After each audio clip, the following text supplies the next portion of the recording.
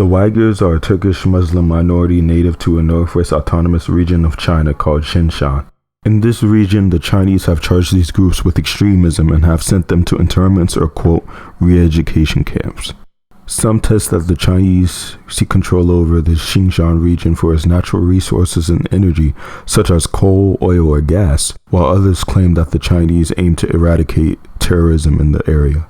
In order to avoid political bias, this video will only summarize the events that are happening and contextualize them in the history of our world and how it will impact our history going forward.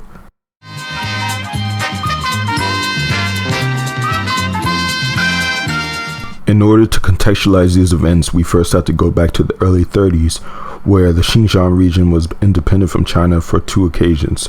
First in 1933, where the Uyghurs established the Islamic Republic of East Turkestan, though in 1934 it was reclaimed by Chinese troops.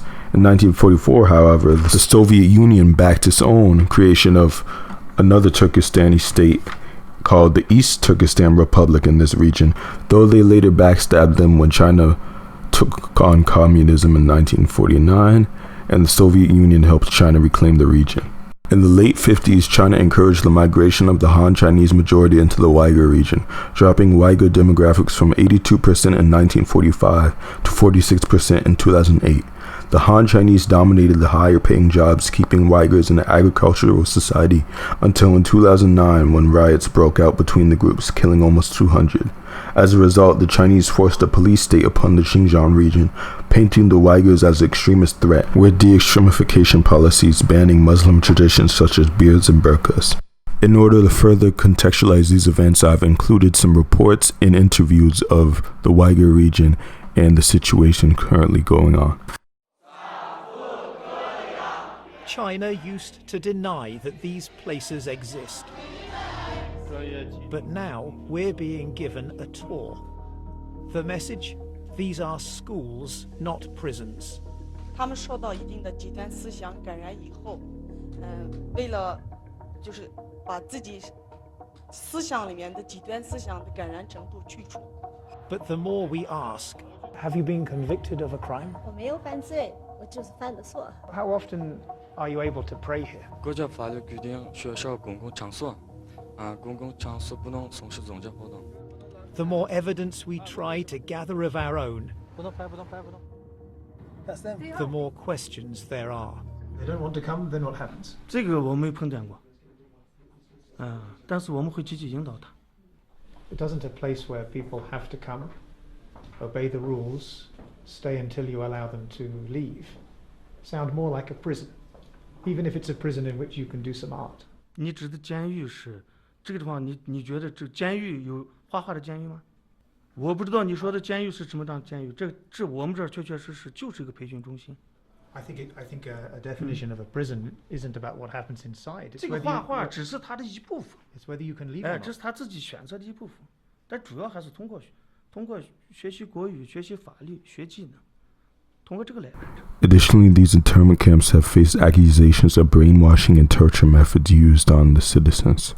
Somebody had prayed to God in public. Another one had put a hijab or a headscarf. They were not extremists. They were not terrorists. They were normal people who believed in their God. You insist on this question? Official translators told him some of his questions were out of line. And when he noticed an odd wound on a woman's hand, an official interpreter became fed up. You can give me 2 million to rescue her. Really? Because you are so nice. He realized they could not leave. They'd been forced to confess supposed crimes. In these centers, what they are doing is exactly what we read in George Orwell's novel 1984. These are mass brainwashing centers. And back on the streets of Xinjiang, the homes of the roughly 1 million detained are sometimes locked. Signs telling all the disappeared residents are being looked after. Additionally, China has faced accusations, as some have testified, of a, quote, slaughter of the Uyghur Muslims for, quote-unquote, halal organ harvesting to Saudi nationals.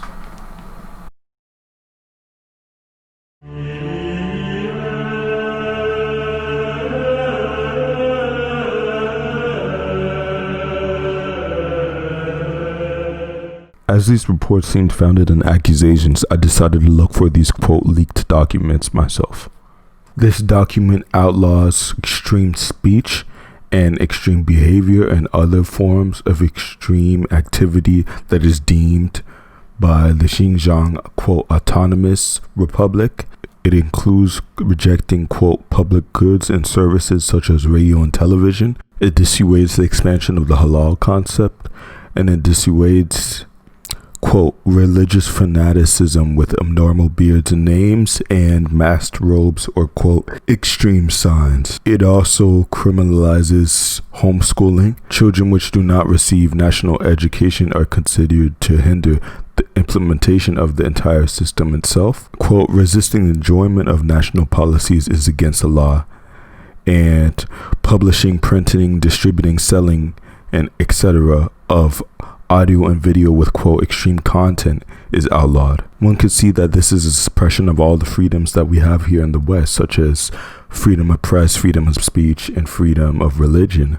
But is this proof of wrongdoing to the Uyghur people? For this last segment, we will focus on the Uyghur Human Rights Policy Act, which was recently introduced by Senator Marco Rubio in May 14th, 2020. It imposes sanctions on foreign individuals and entities responsible for human rights abuses in this region, and the president shall report to Congress a list of individuals and entities responsible for these abuses. The president will then impose property blocking sanctions on these entities and visa blocking sanctions. The officer of the Director of National Intelligence will also submit a report on the Chinese government policies in Xinjiang that constitute gross violations of human rights and the scope and detention of forced labor of minority Muslim camps. These events relate to 3 different points we have studied in class: re-education of Native Americans, the Nazi concentration camps, and the Soviet puppet states in the Cold War.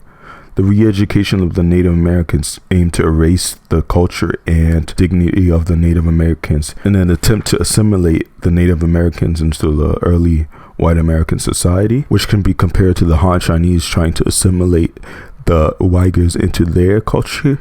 The Uyghur concentration camps and their religious affiliations also draw parallels with the Nazi concentration camps of the Jews.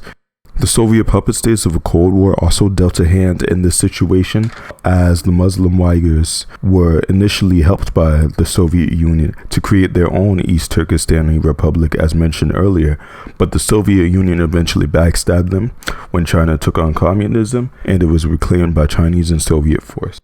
For my final evaluation, where I give my opinion, I think this will be an important event that decides whether we let history repeat itself or not, as this situation could easily go in the same direction as Nazi Germany's concentration camps, or it could have already reached this point. I think that it's especially important for us to monitor China's activity in their treatment of the Uyghur Muslims and make sure it doesn't devolve into the same situation that it did 60 or 70 years ago. Thank you and goodbye.